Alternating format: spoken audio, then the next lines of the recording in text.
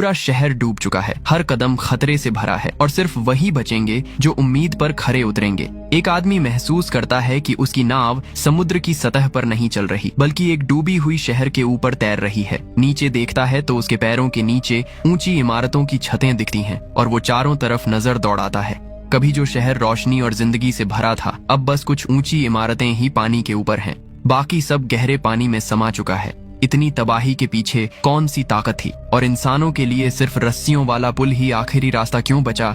यही रहस्य इस कहानी को खास बनाता है। आज मैं आपको हाल ही में रिलीज हुई फिल्म डूम्सडे डिजास्टर क्रॉनिकल की कहानी बताऊंगा, जहां हम मुख्य किरदारों के साथ इस मुश्किल सफर पर चलेंगे। 5 साल पहले 2 बड़े धूमकेतु गिरे और जमीन को आग में डाल दिया। उनकी टक्कर से दुनिया का 80% हिस्सा खत्म हो गया। 5 साल बाद भी धरती पूरी तरह नहीं संभली। धूमकेतुओं के टुकड़े अभी भी आसमान में घूम रहे हैं, जैसे कभी भी गिर सकते हैं। बचे लोगों ने फिर से जिंदगी बसाने की कोशिश की, लेकिन जल्दी ही समझ गए कि ये दुनिया अब आसान नहीं है। रेडिएशन सिर्फ 3 मिनट में किसी की जान ले सकता है, लेकिन कुछ जगहों पर हरियाली अभी भी बची है, जैसे वहाँ तबाही आई ही न हो। यही सुरक्षित जगह अब बचे लोगों की आखिरी उम्मीद है। कहानी के मुख्य किरदार जॉन और उसका परिवार भी बंकर में किसी तरह जिंदा रहने की कोशिश कर रहे हैं, लेकिन बाहर की दुनिया हर दिन और बिगड़ती जा रही है। लगातार भूकंप, कभी भी फट सकता ज्वालामुखी, और बंकर अब ज्यादा दिनों तक साथ नहीं दे पाएगा। एक दिन जॉन अपनी सेफ्टी सूट पहनता है और उस उजड़े हुए संसार में कदम रखता है। सुनसान समुद्र तट पार करता है और सामने पूरी कोस्ट लाइन दिखती है। रेत पर कई लाइफ बोट्स खड़ी हैं और थोड़ा दूर समंदर में एक जंग लगा पुराना डिस्ट्रॉयर तैर रहा है। यही वो चीज है जो बाकी दुनिया से इसे अलग बनाती है। जॉन जहाज के टूटे हिस्से से अंदर घुसता है, पूरी जहाज छानता है, लेकिन न कोई सप्लाई मिलती है, न कोई जिंदा इंसान, बस कुछ बेजान शरीर पड़े हैं। वापसी के वक्त नेविगेशन लॉग में उसे एक बैंगनी फूल दिखाई देता है। 5 साल में पहली बार फूल देकर वह सोचता है इसे एलिसन को देगा। तभी हेडसेट में साथियों की घबराई आवाज आती है। रेडिएशन स्टॉर्म बस 1 मिनट में पहुंचने वाला है। जॉन जहाज से बाहर भागता है और पीछे देखता है तो कुछ ही दूरी पर काली तूफानी दीवार बढ़ रही है। बिजली बार बार फट रही है। जॉन पूरी ताकत से दौड़ता है और रेडियो पर चिल्लाता है कि गेट खोल दिया जाए। दूर से बंकर का भारी लोहे का दरवाजा खुलता दिखाई देता है, लेकिन तूफान ठीक पीछे है। जैसे ही जॉन दरवाजे तक पहुंचता है, बिजली कड़कती है। वह छलांग लगाकर अंदर घुसता है और साथियों को गेट बंद करने के लिए चिल्लाता है। दरवाजा बंद होते ही खतरा बाहर रह जाता है। पूरी डीकंटेमिनेशन के बाद जॉन सेफ्टी सूट उतार कर बैठ जाता है, तेज सांसें लेते हुए। अभी अभी मौत को छूकर लौटा पल उसके दिमाग में बार बार घूम रहा होता है। बंकर के कैफेटेरिया में जॉन वही बैंगनी फूल अपनी पत्नी एलिसन को देता है। फूल हाथ में लेते ही एलिसन की आंखें चमक उठती हैं। 5 साल में वो लगभग भूल ही चुकी थी कि फूल दिखते कैसे हैं। पास बैठे उनके बेटे नाथन की नजर भी उस फूल पर टिक जाती है और वो अचानक कह देता है कि वो भी बाहर की दुनिया देखना चाहता है। ये सुनते ही जॉन का चेहरा सख्त हो जाता है और वो तुरंत बेटे को चेतावनी देता है कि बाहर जाना बहुत खतरनाक है और इसकी इजाजत बिल्कुल नहीं दी जा सकती। नाथन बस होंठ सिकोड़ कर चुप हो जाता है। उधर एलिसन बंकर की मैनेजमेंट टीम का हिस्सा है। एक मीटिंग में बाहर से मदद मांगने वालों को अंदर लेने को लेकर चर्चा चल रही होती है। कमरे में बैठे कुछ एडमिन स्क्रीन पर नजरें जमाए हुए होते हैं कि अचानक सारी स्क्रीन झिलमिलाने लगती हैं और अगले ही पल पूरा बंकर जोर से हिल उठा है। ये कोई आम भूकंप नहीं होता, बल्कि जमीन की परतें फट जाती हैं और बंकर के मुख्य द्वार के सामने एक विशाल दरार खुल जाती है। अलार्म की आवाज पूरे बंकर में गूंजने लगती है और पल भर में अफरा तफरी मच जाती है। हर तरफ चीख पुकार और रोने की आवाजें फैल जाती हैं। जॉन बिना वक्त गंवाए पत्नी और बेटे के साथ थोड़ा सा सामान उठाता है और बाहर की ओर भागता है, लेकिन मेन गेट पर पहले से ही घबराई हुई भीड़ फंस चुकी होती है। किस्मत से जॉन को रास्तों की अच्छी समझ होती है।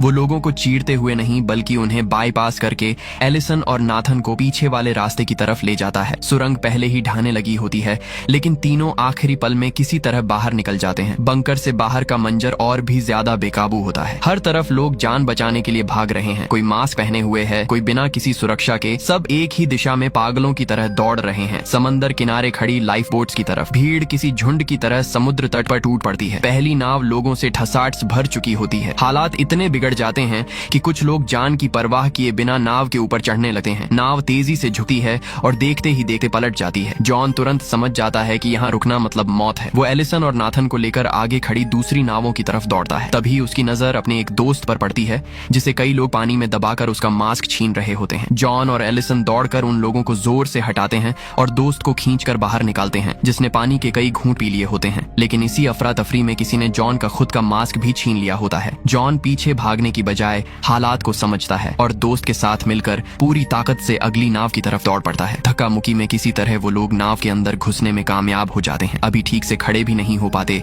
कि अंदर से चिल्लाने की आवाजें आने लगती हैं, दरवाजा बंद करो, अभी नहीं बंद किया तो कोई बच नहीं पाएगा। नाव के केबिन पर खड़ा आदमी दांत भींचकर भारी दिल से गेट जबरदस्ती बंद कर देता है। नाव के बाहर अब भी आधे से ज्यादा लोग रह गए थे जो चढ़ नहीं पाए थे। वो नाव के ढांचे को पीट रहे हैं और उनकी चीखों में पूरी तरह टूट चुकी बेबसी सुनाई देती है। तभी नाथन जॉन की बांह खींचता है। जॉन जैसे ही पलटकर देखता है, समुद्र की सतह पर कई दर्जन मीटर ऊंची पानी की दीवार पागलों की तरह उनकी तरफ बढ़ती दिखती है। किनारे खड़े लोग ये मंजर देखते ही पूरी तरह बिखर जाते हैं। कुछ चिल्लाते हुए वापस भागने लगते, लेकिन अब बहुत देर हो चुकी होती है। वो विशाल लहर किसी दरिंदे की तरह एक ही झटके में तट पर मौजूद हर इंसान को निगल जाती है। छोटी नाव उस भयानक लहरों में बुरी तरह उछलती पलटी है। लोग एक दूसरे पर गिरते पड़ते हैं। कई झटकों के बाद कहीं जाकर नाव संभल पाती है। जॉन दिशा का अंदाजा लगाता है। हालात थोड़े काबू में आते ही लोग डरते डरते अपने मास्क उतारते हैं और खुली हवा में गहरी सांस लेते हैं, लेकिन किसी के चेहरे पर राहत नहीं होती। आइसलैंड पूरी तरह गायब हो चुका होता है और समुद्र की धाराएं भी बदल चुकी हैं। किसी को नहीं पता कि वो लंदन तक सुरक्षित पहुंच भी पाएंगे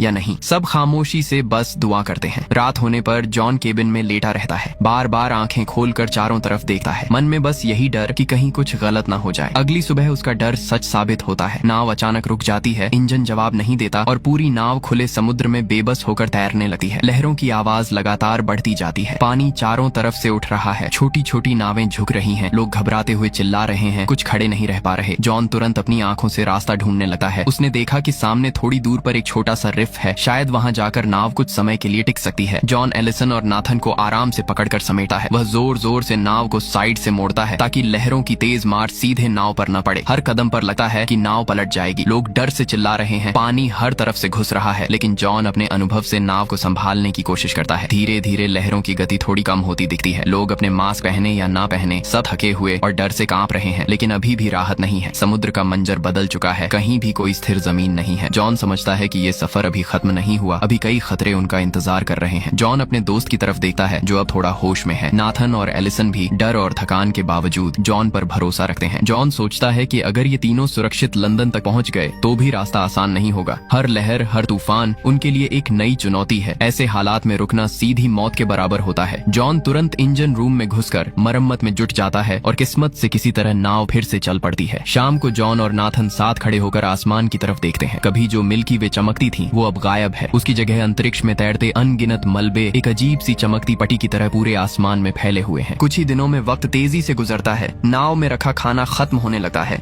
और सब लोग भूख से बेहाल होकर केबिन में सुस्त पड़े रहते हैं। तभी अचानक नाव किसी चीज से टकराती है और जोर से झटका लगता है। जॉन बाहर निकलकर देखता है तो चारों तरफ पानी में डूबी इमारतें दिखाई देती हैं। ऊंची ऊंची बिल्डिंग्स की छतें ही पानी से बाहर झांक रही होती हैं और इन्हीं निशानों से साफ हो जाता है कि वो लोग लिवरपूल पहुंच चुके हैं। सब लोग एकदम सतर्क हो जाते हैं। नाव पास की जमीन से लगा दी जाती है और वो लोग सड़कों पर आगे बढ़ते हैं। रास्ते में लगे बोर्ड्स पर साफ लिखा होता है कि लिवरपूल को छोड़ दिया गया है। जॉन अपना डिटेक्टर निकालकर हवा की जांच करता है। हवा किसी तरह ठीक ठाक लगती है, लेकिन वो जानता है कि अगर ज्यादा देर तक इस रेडिएशन में रहे तो हालात जल्दी बिगड़ सकते हैं। लंबे समय तक ऐसी रेडिएशन में रहने से शरीर को नुकसान हो सकता था। अब उनके पास वक्त बिल्कुल नहीं था और जल्दी से जल्दी किसी बम शेल्टर या सुरक्षित ठिकाने तक पहुंचना जरूरी था। तभी सामने कुछ लोगों की परछाइयां दिखाई देती हैं। जॉन बिना देर किए अपने परिवार को लेकर उनके पीछे चल पड़ता है, लेकिन थोड़ी ही दूर जाने के बाद जो नजारा सामने आता है वो सबको सुन्न कर देता है। वहाँ बड़ी तादाद में शरणार्थी जमा थे। लगातार रेडिएशन के असर से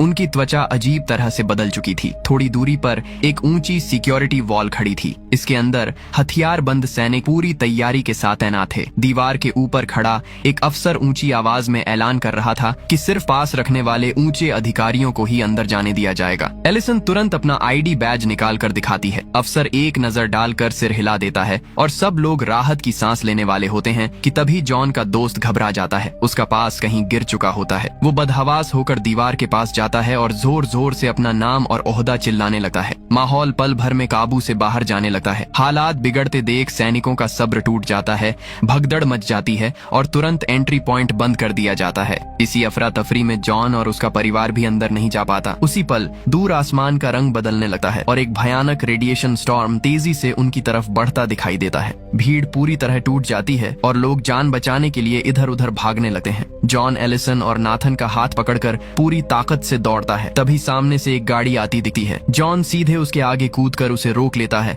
और ड्राइवर से गुजारिश करता है कि उन्हें लंदन की तरफ छोड़ दे। ड्राइवर उन्हें ऊपर से नीचे तक देखता है, फिर हाथ बढ़ाकर कहता है कि बदले में घड़ी देनी होगी। जॉन बिना एक पल सोचे अपनी कलाई से घड़ी उतार कर उसे थमा देता है। ड्राइवर घड़ी जेब में डालता है और गाड़ी का दरवाजा खोल देता है। जॉन जल्दी से एलिसन और नाथन को बैठाता है और बार बार शुक्रिया अदा करता है, क्योंकि इस उजड़ी दुनिया में किसी का मदद को तैयार हो जाना ही बड़ी बात थी। लेकिन उन्हें क्या पता था कि असली खतरा अभी सामने आना बाकी है। गाड़ी तेजी से लंदन की तरफ बढ़ती है। काफी दूर चलने के बाद ड्राइवर सड़क किनारे गाड़ी रोकता है और कहता है कि सब लोग थोड़ी देर के लिए उतर सकते हैं। जॉन एलिसन के साथ बाहर आता है, मगर कुछ ही पलों में उसे अजीब सा महसूस होने लगता है। तभी ऊपर आसमान से एक अजनबी सी आवाज गूंजती है। जॉन झुककर जमीन को छूता है और अपने पुराने अनुभव से समझ जाता है कि ये रेडिएशन स्टॉर्म नहीं है, बल्कि शायद इससे भी खतरनाक कुछ आने वाला है। जॉन अचानक सिर उठाकर ऊपर देखता है और जैसा उसे शक था, आसमान में दूर नहीं अनगिनत आग के गोले उनकी तरफ गिरते दिखते हैं। धूमकेतु के टुकड़े बारिश की तरह गिरने वाले हैं और अब भागने की कोई जगह नहीं बचती। जॉन और बाकी लोग पास में किसी तरह पनाह ढूंढते हैं। एक बड़े पेड़ के पीछे छिपकर एक दूसरे से लिपट जाते हैं। अगले ही पल आसमान का तापमान तेजी से बढ़ जाता है और जलते हुए पत्थर उल्काओं की तरह जमीन पर टूटने लगते हैं। हर टकराव के साथ आग और धूल का भयानक गुबार उठता है। किस्मत उनका साथ देती है और जब सब कुछ शांत होता है तो पता चलता है कि बाकी सब सुरक्षित है। वो लोग मलबे के बीच से जो भी काम की चीजें मिल सकती हैं समेटते हैं और फिर से लंदन की तरफ बढ़ जाते हैं। थोड़ी ही देर में वो लोग एलिसन की माँ के घर पहुंचते हैं। बरसों बाद बेटी, दामाद और नाती को देखकर माँ की आंखें भर आती हैं और तीनों को कसकर गले लगा लेती हैं। घर की सुरक्षा ठीक ठाक होती है, भले ही बिजली और पानी नहीं है, लेकिन एलिसन की माँ और कुछ और लोग मिलकर यहाँ किसी तरह गुजर बसर कर रहे होते हैं। जॉन का परिवार पहली बार चैन की सांस ले पाता है। आराम के दौरान एलिसन अचानक बाथरूम से जोरदार खांसी की आवाज सुनती है। वो दौड़कर अंदर जाती है तो सिंक में खून दिखाई देता है। जॉन सब समझ जाता है कि अब सच छुपाया नहीं जा सकता। मजबूरी में वह बता देता है कि बंकर में डॉक्टर पहले ही कह चुके थे, अगर खून की खांसी शुरू हो जाए तो इसका मतलब सिर्फ 6 से 8 हफ्तों का वक्त बचा है। शायद बार बार बाहर निकलने की वजह से हालात और बिगड़ गए थे। एलिसन ये सुनकर वहीं सन्न रह जाती है। दुनिया के खत्म हो जाने के बाद भी रोज मौत देखने के बावजूद ये सच्चाई कि उसके पति के पास 2 महीने से भी कम वक्त बचा है उसे किसी भी तरह स्वीकार नहीं होती। जॉन उसे संभालता है और कुछ देर बाद कहता है कि वो यहाँ रुक नहीं सकते। उसे हर हाल में उस सुरक्षित जगह को ढूंढना है जहाँ एलिसन और नाथन बिना डर के जिंदगी जी सकें। अगले दिन सब लोग एलिसन की माँ से विदा लेते हैं। जाते वक्त माँ जॉन के हाथ में एक पिस्तौल थमाती है और भारी दिल से उसे अपनी बेटी और बच्चे का ख्याल रखने की हिदायत देती है। फिर वो लोग गाड़ी लेकर आगे बढ़ते हैं, लंदन को पीछे छोड़ते हुए जंगलों के बीच से गुजरते हैं। शुरुआत में सब कुछ शांत लगता है, लेकिन जैसे ही रात गहराती है, रास्ते में अचानक एक भयानक हादसा हो जाता है। साथ चल रही एक लड़की को सीधा सिर में गोली लगती है और वो वहीं सीट पर ढह जाती है। जॉन तुरंत गाड़ी से उतरकर मोर्चा संभालता है। अंधेरे में कहीं से आवाज आती है कि गाड़ी छोड़ दो। किस्मत अच्छी होती है कि जॉन के पास पिस्तौल है, वरना शायद कोई भी जिंदा न बचता। सामने वाले शायद हालात को हल्के में ले लेते हैं और जॉन बाईं तरफ छिपे एक हमलावर को जल्दी ही ढेर कर देता है। लेकिन दाईं ओर वाला अब सतर्क हो जाता है और खुलकर सामने नहीं आता। जॉन जैसे ही निशाना लगाकर जवाबी फायर करना चाहता है, ट्रिगर दबाते ही उसे एहसास होता है कि गोली खत्म हो चुकी है। ठीक उसी पल एलिसन मरे हुए लुटेरे की बंदूक उठाकर हालात संभाल लेती है। जॉन आगे बढ़कर देखता है तो उसकी सांस अटक जाती है। सामने जमीन पूरी तरह फट चुकी होती है। सड़क टूटकर एक गहरी खाई में बदल गई होती है जिसने रास्ता पूरी तरह काट दिया है। आगे जाने का बस एक ही तरीका बचता है, खाई के ऊपर लटक रही एक बेहद कमजोर रस्सी की सीढ़ी। आसपास हवा तेज होने लगती है। जॉन बिना वक्त गंवाए पहले खुद नीचे उतरता है और नाथन को समझाता है कि बस नीचे मत देखना, सब ठीक रहेगा। लेकिन जैसे ही जॉन का पैर उस झूलती रस्सी पर पड़ता है, दिल की धड़कन काबू से बाहर हो जाती है। फिर भी डर को दबाकर आगे बढ़ना ही पड़ता है। एलिसन पीछे से उतरती है। कुछ सेकंड तक तेज हवा सबको जकड़े रखती है, फिर धीरे धीरे रफ्तार कम होती है। तीनों तेजी से आगे बढ़ते हुए किसी तरह उस झूलते पुल को पार कर लेते हैं। लेकिन असली मुश्किल अब भी बाकी होती है। सामने एक और भी ज्यादा जर्जर चढ़ाई वाली सीढ़ी होती है जिसे पार करने के लिए पूरे शरीर का बल लगाना पड़ता है। हाथ पैरों के सहारे रेंगते हुए आगे बढ़ना होता है। जॉन पत्नी और बेटे को पहले जाने देता है और खुद पीछे से संभालता है। तीनों धीरे धीरे आगे सरकते हैं। हर एक कदम पर सीढ़ी डरावनी आवाज में चरमराती है। जैसे ही वो बीच में पहुंचते हैं, अचानक जमीन जोर से कांपने लगती है और नीचे लगी सीढ़ी भी बुरी तरह हिलने लगती है। बाईं तरफ वाली सीढ़ी की पकड़ ढीली पड़ जाती है। उस पर लेटा एक आदमी पूरी तरह घबरा जाता है और बदहवासी में पास वाले दूसरे इंसान को धक्का दे देता है। वो बेचारा संभल भी नहीं पाता और लुढ़कता हुआ सीधा खाई में गिर जाता है। लेकिन मुश्किल यहीं खत्म नहीं होती। वो आदमी देख लेता है कि उसके नीचे वाली सीढ़ी किसी भी पल टूट सकती है। उसकी नजर बगल वाली सीढ़ी पर पड़ती है और हालात पल भर में और खतरनाक हो जाते हैं। जॉन तुरंत समझ जाता है कि अब क्या होने वाला है। वो झपट कर नाथन को पकड़ लेता है और एलिसन की मदद से दोनों पूरी ताकत से बच्चे को थाम लेते हैं। तीनों किसी तरह घिसटते हुए दूसरी तरफ बढ़ते हैं। जैसे ही वो किनारे तक पहुंचते हैं, पीछे पूरी की पूरी पुलियां भर कर टूट जाती है। इसके बाद तीनों पैदल ही बहुत दूर तक चलते रहते हैं। शरीर जवाब दे चुका होता है, लेकिन वो जिस आदर्श जगह की तलाश में थे उसका कहीं कोई निशान नहीं मिलता। चारों तरफ जली हुई जमीन फैली होती है, न हरियाली न जिंदगी की कोई हल्की सी भी उम्मीद। तभी अचानक सामने एक हथियारबंद आदमी आ जाता है। जॉन फौरन अपने हाथ ऊपर कर देता है और शांत स्वर में अपना, एलिसन और नाथन का नाम और यहाँ आने की वजह बताता है। हैरानी की बात ये होती है कि आदमी सब सुनने के बाद बंदूक नीचे कर देता है और उन्हें अपने एक गुप्त ठिकाने पर ले जाता है। तब पता चलता है कि वो लोग अब फ्रांस के उत्तरी हिस्से के एक शहर में पहुंच चुके हैं। उस आदमी का व्यवहार पूरी तरह बदल जाता है और वो तीनों अजनबियों की दिल से मेहमान नवाजी करता है। थोड़ी देर बाद वो कहता है कि अगर वो सच में उस सुरक्षित जगह तक पहुंचना चाहते हैं तो वो उन्हें एक गुप्त रास्ते के बारे में बता सकता है। वो जेब से एक तस्वीर निकालकर जॉन को देता है और समझाता है कि यही उनकी पास बनेगी। इसे चेक पोस्ट पर अफसर को दिखाने से रास्ता आसानी से खुल जाएगा और सफर ज्यादा सुरक्षित रहेगा। इसके बाद वो जॉन से एक और गुजारिश करता है कि वो अपनी बेटी कामिल को भी अपने साथ वहाँ ले जाए, क्योंकि उसी जगह से नई जिंदगी शुरू हो सकती है। एलिसन बिना ज्यादा सोचे तुरंत हाँ कर देती है। सब लोग फिर से गाड़ी में बैठकर आगे बढ़ते हैं, लेकिन जॉन की खांसी अब पहले से कहीं ज्यादा बढ़ चुकी होती है। रास्ते में वो लोग एक सुरक्षित जगह रुकते हैं, मगर जैसे ही गाड़ी थमती है, सामने से हथियारों से लैस सैनिकों का एक दल उन्हें घेर लेता है और सीधे बंदूकें तान देता है। एक सिपाही ऊंची आवाज में चेतावनी देता है कि पूरा इलाका बारूदी सुरंगों से भरा है और उनका यहाँ तक जिंदा पहुँचना ही किसी चमत्कार से कम नहीं। कामिल फ्रेंच में उन्हें अपने सफर का मकसद समझाती है। तब जाकर सैनिक थोड़ा नरम पड़ते हैं और हथियार नीचे कर देते हैं। उसी रात वो सैनिक उनकी मदद करने का फैसला करते हैं और सबसे खतरनाक रास्ते को पार कराने का जिम्मा लेते हैं। वो बताते हैं कि ये इलाका